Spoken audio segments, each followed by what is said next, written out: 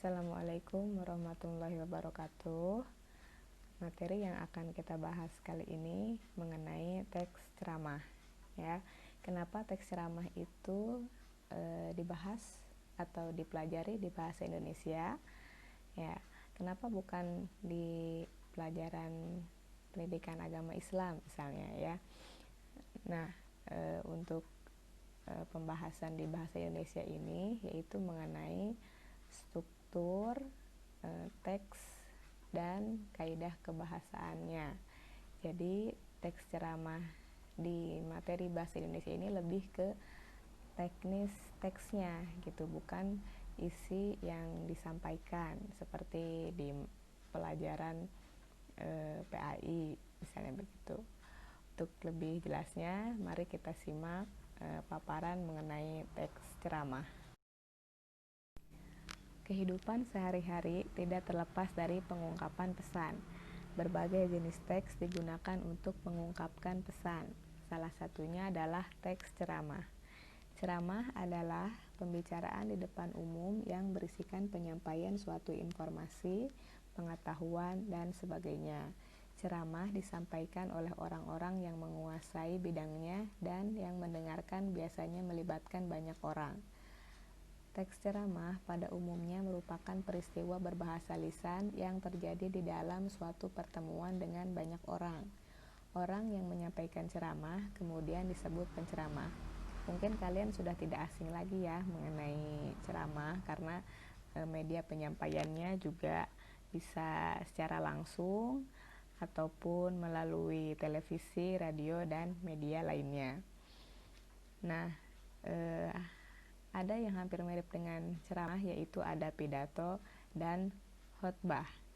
Apa perbedaan dari ketiga jenis tersebut?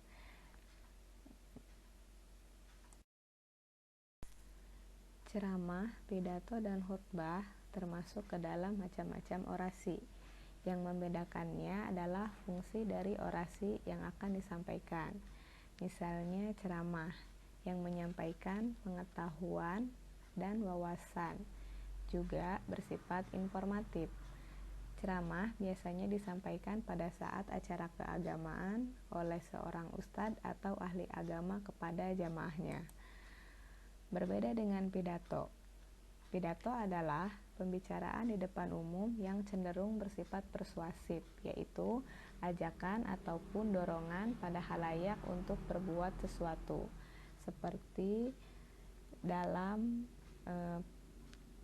upacara, ya, ketika pembina upacara menyampaikan amanat kepada siswa-siswanya pada saat upacara bendera.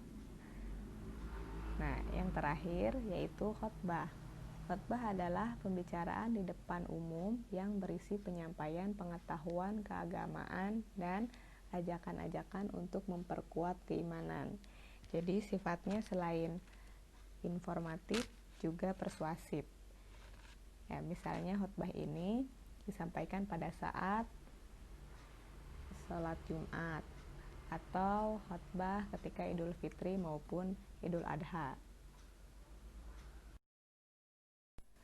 Sama halnya dengan struktur teks lain, ceramah juga memiliki struktur, di antaranya pendahuluan, isi, dan penutup. Di dalam pendahuluan, yaitu ada isu, permasalahan, dan pandangan penulis. Di dalam isi ada pendapat atau fakta-fakta, dan yang terakhir penutup biasanya berisi simpulan dan rangkuman. Nah, kita bahas satu persatu ya. Struktur pendahuluan biasanya diisi dengan isu, yaitu pengenalan mengenai topik yang akan dibahas. Mungkin di dalamnya berupa ilustrasi pengantar, pendefinisian, atau berupa sorotan peristiwa fenomena.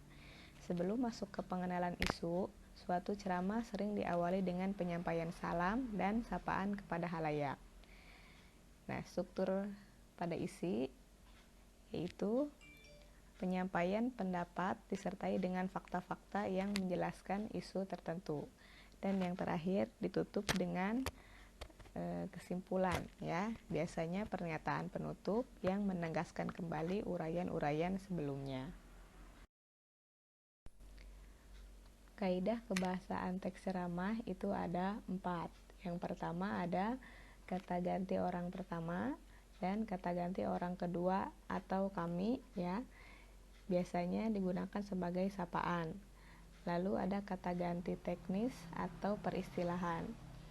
Di dalam teks ceramah biasanya menggunakan bahasa-bahasa yang berkaitan dengan keagamaan. Nah, yang ketiga, kata kerja mental atau kata kerja yang mengekspresikan reaksi atau respon.